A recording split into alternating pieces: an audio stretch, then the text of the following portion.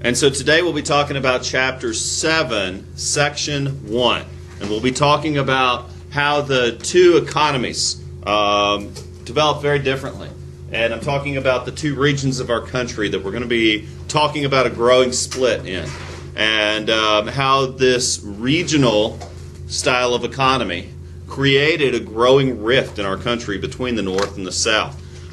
Because different economic systems had developed in these two parts of the country, we're going to see profound political differences between these two parts of the country as well. In fact, this will lead some to conclude that we should become two different countries. And as you know, we fought a terrible war over just that. Now, in 1801, an already famous inventor named Ell Whitney pioneered the use of interchangeable parts.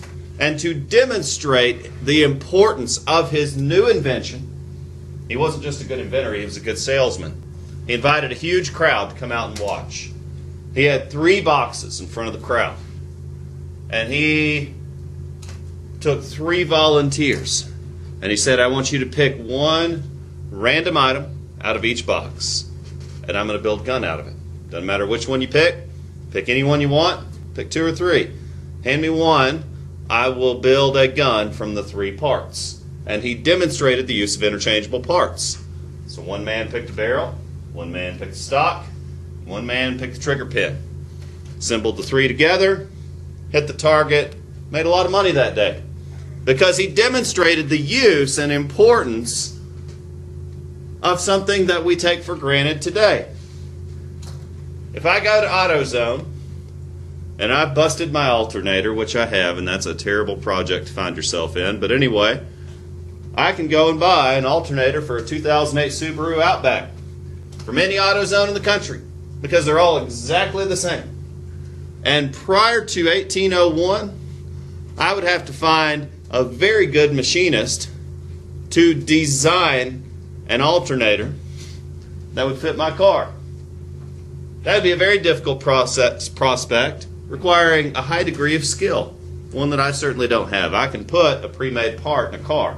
I can't build a part from scratch. Interchangeable parts are identical.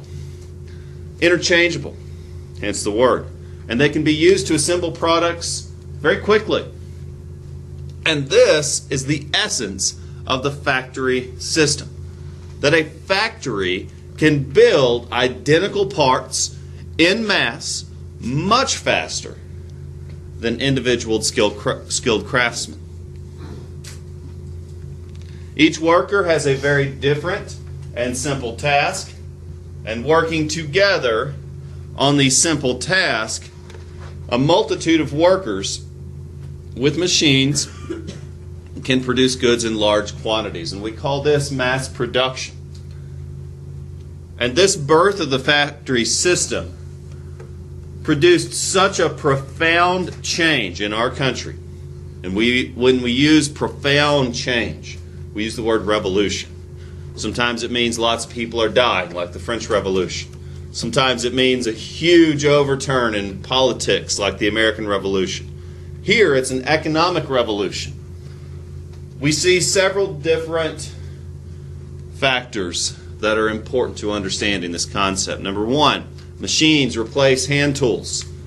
People begin the mechanization of production. Large-scale factory production develops. Instead of single families producing limited quantities of textiles, large factories can spurn out large quantities. And of course, manufacturing changes as a result of this. Besides inventing the cotton gin, Ell Whitney also came up with a new method of making things that helped revolutionize manufacturing.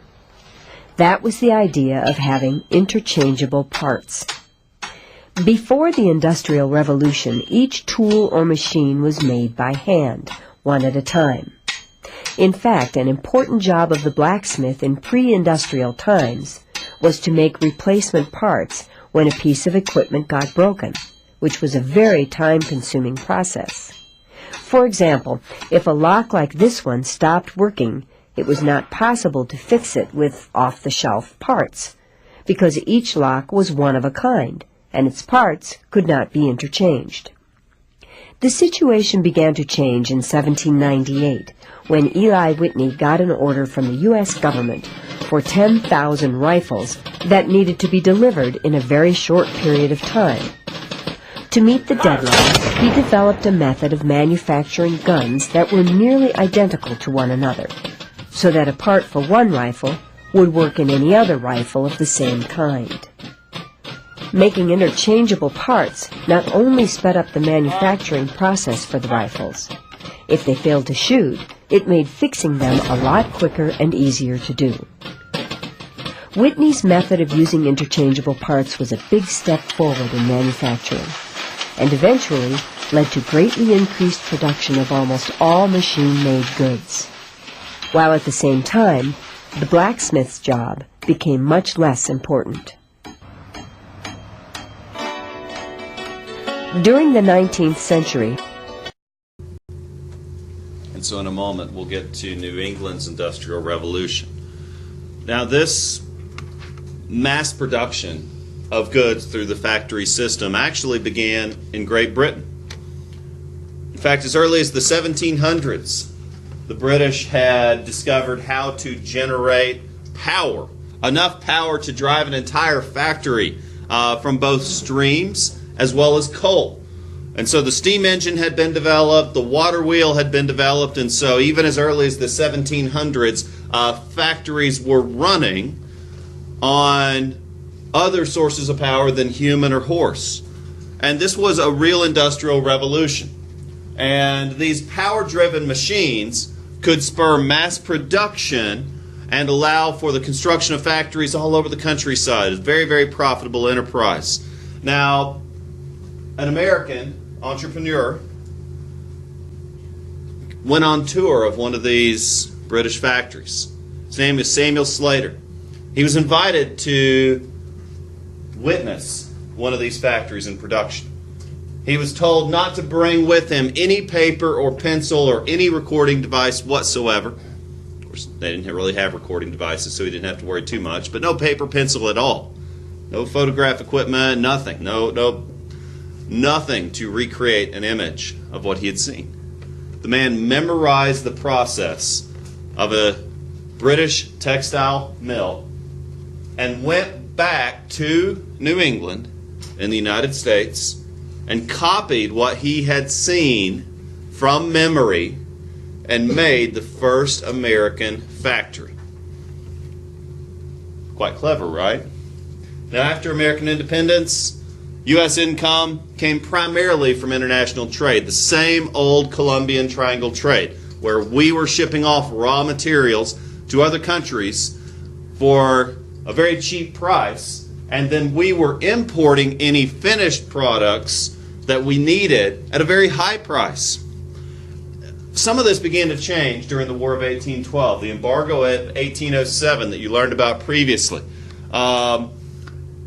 Essentially led us to cease importing goods from other countries and to begin to transition away from international trade as our primary source of income at that time. In fact, during the War of 1812, the British blockade effectively cut us off from international trade, and so we had to begin to make many things as a country for ourselves. And after the war, even Americans began to invest in domestic industries.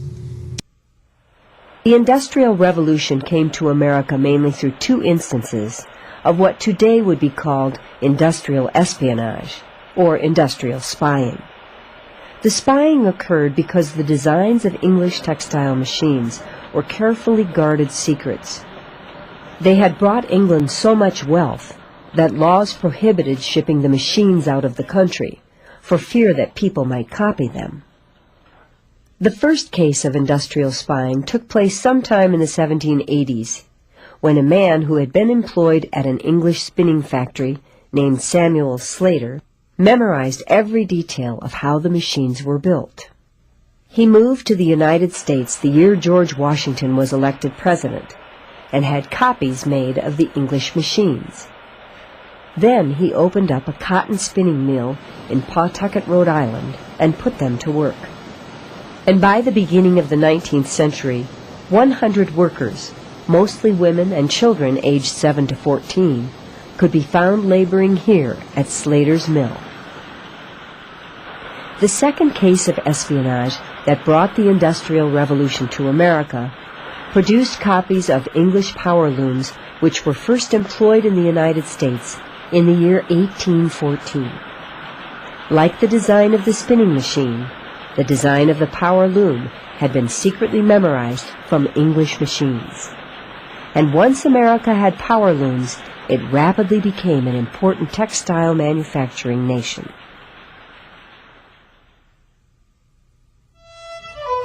Even though the first mechanical... And so the very first factory in the United States dates back to the 1790s, built by none other than Samuel Slater, the man who had memorized the process in Great Britain. And this was in Pawtucket, Rhode Island. And the factory system became extremely popular in America because it yielded the potential for great profits. One of the most famous factories in early American history is in Lowell. All stages of cloth making were mechanized here, and I'll show you an illustration of Lowell and the textile mill there soon. But weaving factories and textiles were really one of the first products that could be made en masse through this style of production. It became extremely popular because previously we had been exporting cotton all the way over the Atlantic Ocean. And once it got to Britain, it would be turned into cloth or turned into clothing. And then it would be shipped all the way back to America. And can you imagine the cost of that? Those several months or even a year of travel between both places. And the cost that goes along with that. And now these things can be made here. Imagine the money that can be saved by making these things locally. And of course the money that can be made for entrepreneurs, those willing to invest their time and energy into making this happen. Lowell, in fact, became a booming manufacturing center by the 1820s, and this created literally thousands of jobs, mostly for young women because they were cheaper. Factory owners would pay women less than they would pay men, and they would pay children even less than what they paid grown-ups. And so these young women would move and leave families and go live in these factory towns. While the southern states developed a slave-based agricultural economy, the New England states became the center of America's Industrial Revolution. There were several reasons why industrialization took hold in New England. First, the region's many large rivers provided excellent sources of water power. Second, it was easier for New Englanders to shift to an economy based on manufacturing due to the fact that the area's rocky soil was poorly suited for farming. Third, New England had a number of fine seaports that could be used for bringing in raw materials and transporting out finished goods. And fourth, thanks to decades of success in the transatlantic shipping business, there were people in New England with large sums of money who wanted to invest in factories. When the industrial...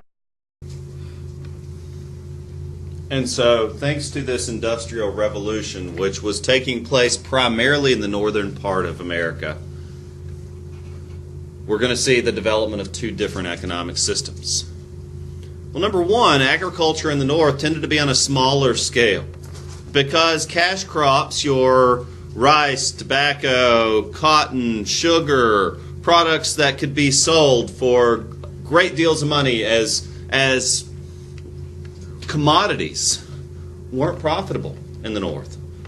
The soil tended to be rocky, the air tended to be colder, the growing season was shorter. Just for a number of reasons, farms in the north tended to be smaller than in the south. Farmers tended to raise one or two types of crops. In fact, in many cases, they devoted their time to raising livestock.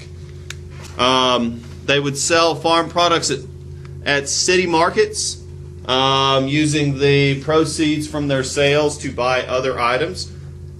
Generally, farms in the North were smaller family enterprises. Crops like grain or potatoes or corn or the raising of livestock, these don't require large labor forces, such as the huge plantations that you would see in the coastal parts of the Carolinas. Plantations the size of counties, requiring hundreds in a labor force to manage that much land. But we're talking about much smaller farms, family-sized plots here in the North. And as such, these farmers could not afford slaves. The morality of slavery aside, an adult male slave was equivalent to the cost of a home. Roughly $100,000 for a slave in prime health and at a young age. An adult male slave, $100,000. And so not many farmers in the North could afford this type of investment. And so slavery really died out naturally in the 1700s, just as it did in Western Europe. Most northern states had abolished slavery entirely by 1804. And so when I talk about the Southern economy, I'm really talking about the wealthy in the South. The very wealthy. The same as what I was talking about in the North. You know, Samuel Slater or Jackson or the people who set up in Pawtucket, Rhode Island or Lowell in Massachusetts. These were entrepreneurs who became quite wealthy. And so they didn't represent the majority of people in the North, but they get the most attention because they do represent so much of the money and profit. The same as in the South. When I say cotton is king in the South, I'm saying that is one of the dominant tradable commodities that is coming out of the southern region of the United States. Eli Whitney, a very wealthy and profitable inventor and entrepreneur, developed a machine that could harvest cotton 8 times faster than by hand. It was called the cotton gin, and I'll show you an example of one in just a moment. 8 times faster than by hand. And so one slave could do the work of 8. And this made cotton extremely profitable. This allowed farmers to sell cotton for less money, increasing demand, both in America and overseas. And it also led many non-slave owning farmers to go west because they couldn't compete with the cheap southeastern cotton. However, we see the plantation system, partly because of the cotton gin, become firmly established in places like Louisiana and Mississippi and Alabama, and of course the coastal regions of the Carolinas, and some parts of Georgia even. Cotton becomes hugely profitable. And this also leads to a greater demand for slaves. In fact, we see a parallel, a correlation between the increase in cotton production and the increase in slave importation.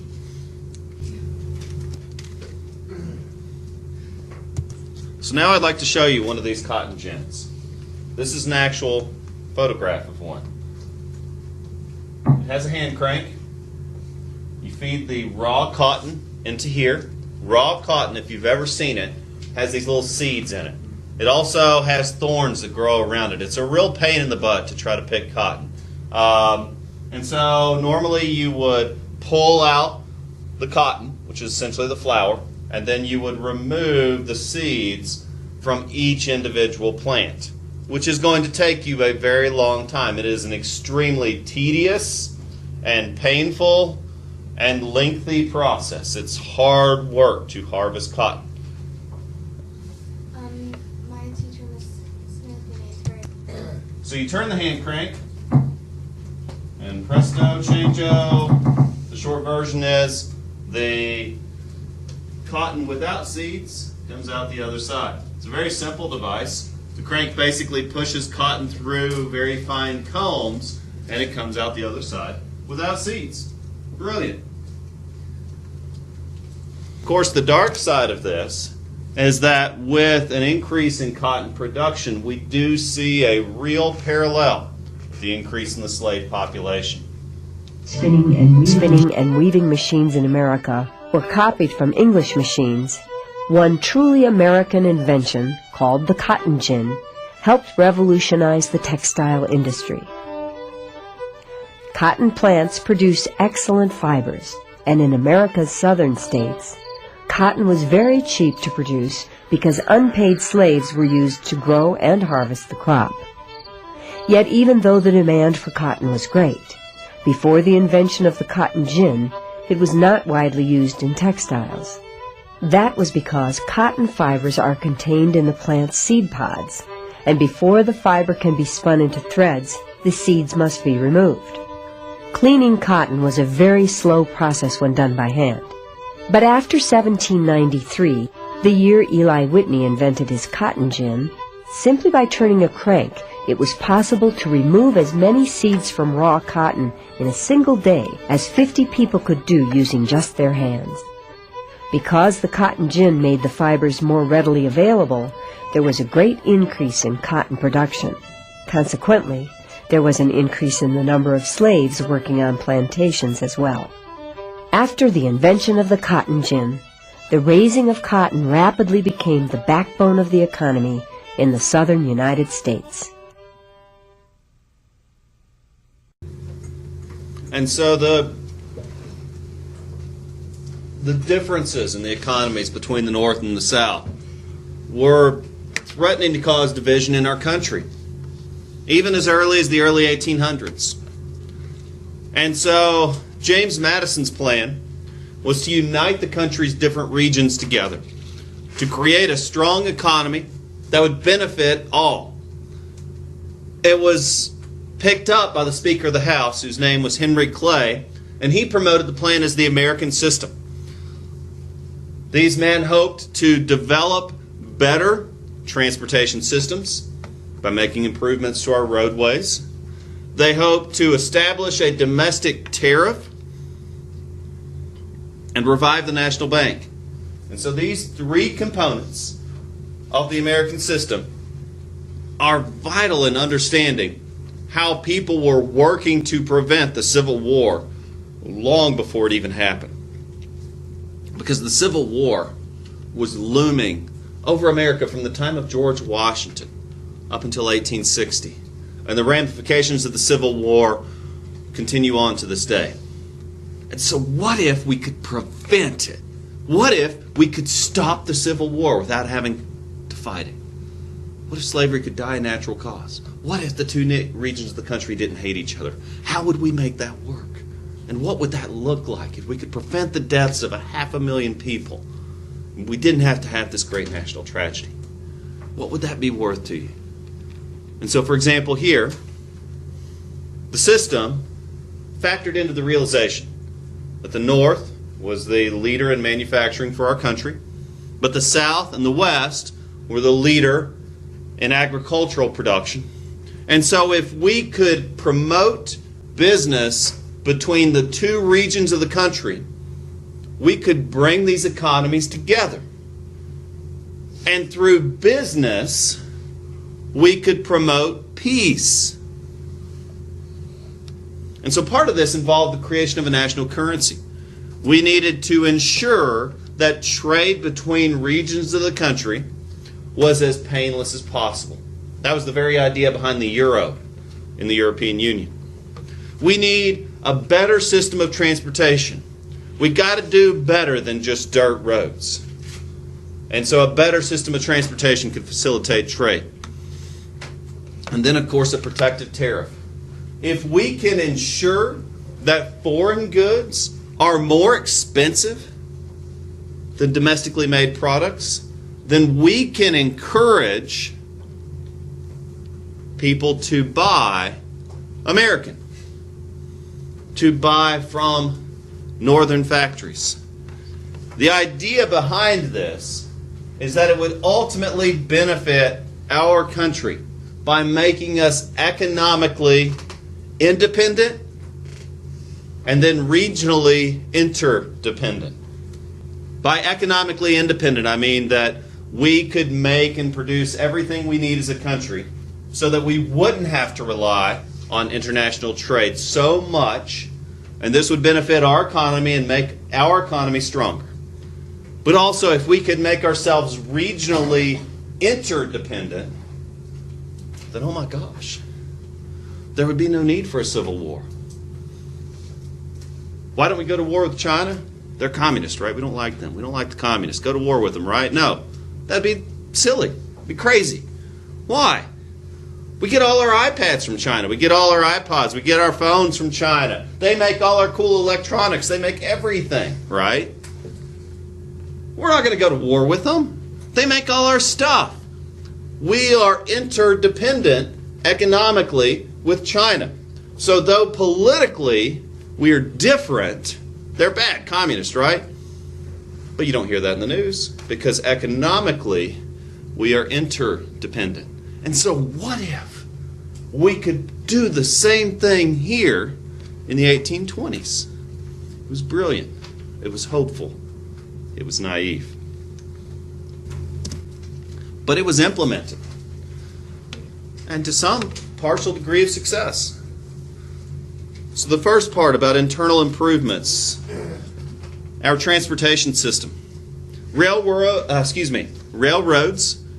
were being built, but they weren't yet in common use. In fact, the first steam engine wasn't built until 1825. So most states were using what are called turnpikes or toll roads to pay for themselves. And so everywhere you went, you had to pay a toll to travel from one place to another. And so the federal government began to fund highways to connect different regions. And so you're unlikely to travel from one region to another because of the cost. Not only the cost of staying overnight and the food and the work that would be required to travel a long distance, but the federal government realized that the cost of paying tolls could be prohibitive and would prevent people from traveling to different parts of the country. And so the federal government began to fund the highway system.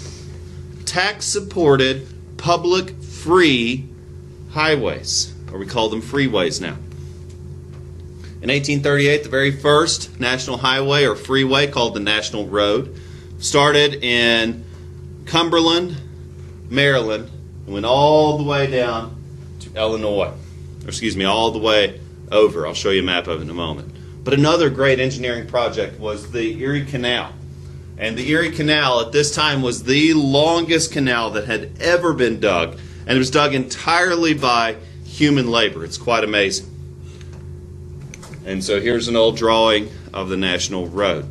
Yeah, it's not, I-40. It's not 26. It's not going to handle a large amount of traffic. But that represents progress, ladies and gentlemen. And so I just wanted to show you a few of these internal improvements. In fact, you see by 1840, we have a large network of federally funded freeways.